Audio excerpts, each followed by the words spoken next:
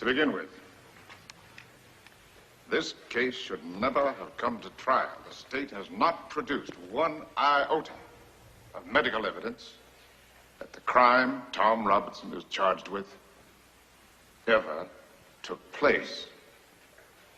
It has relied instead upon the testimony of two witnesses whose evidence has not only been called into serious question on cross-examination, but has been flatly contradicted by the defendant.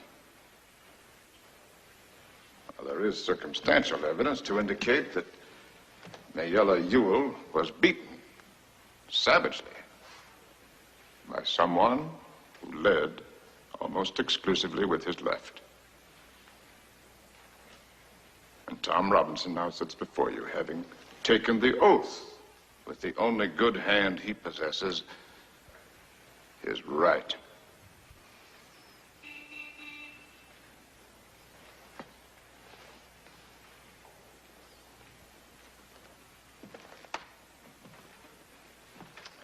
I have nothing but pity in my heart for the chief witness for the state. She is the victim of cruel poverty and ignorance. But my pity does not extend so far as to her putting a man's life at stake, which she has done in an effort to get rid of her own guilt. Now I say guilt, gentlemen, because it was guilt that motivated her. She's committed no crime.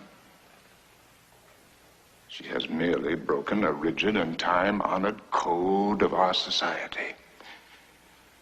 A code so severe that whoever breaks it is hounded from our midst, is unfit to live with. She must destroy the evidence of her offense. But what was the evidence of her offense? Tom Robinson, a human being. She must put Tom Robinson away from her. Tom Robinson was to her a daily reminder of what she did. Now, what did she do? She tempted a Negro. She was white, and she tempted a Negro. She did something that in our society is unspeakable. She kissed a black man, not an old uncle, but a strong, young Negro man. No code mattered to her before she broke it, but it came crashing down on her afterwards.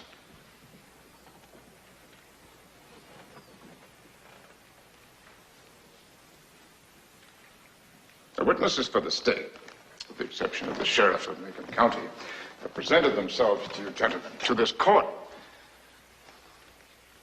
in the cynical confidence that their testimony would not be doubted.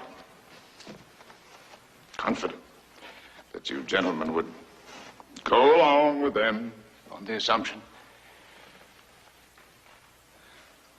the evil assumption, that all Negroes lie, all Negroes are basically immoral beings, all Negro men are not to be trusted around our women. An assumption that one associates with minds of their caliber, and which is in itself, gentlemen, a lie,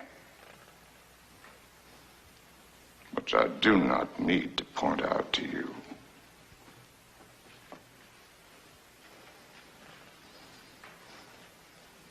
And so,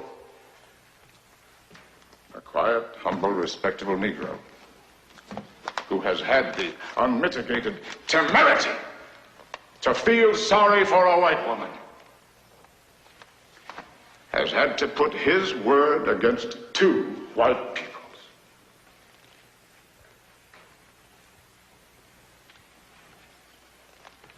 defendant is not guilty. But somebody in this courtroom is. Now, gentlemen, in this country, our courts are the great levelers. In our courts, all men are created equal. I'm no idealist to believe firmly in the integrity of our courts and of our jury system. That's no ideal to me. That is a living, working reality.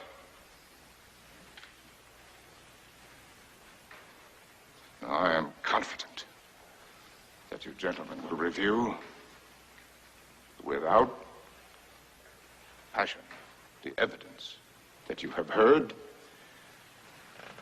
come to a decision,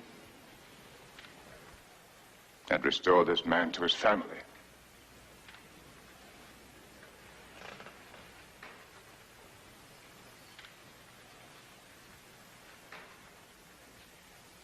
In the name of God, do your duty.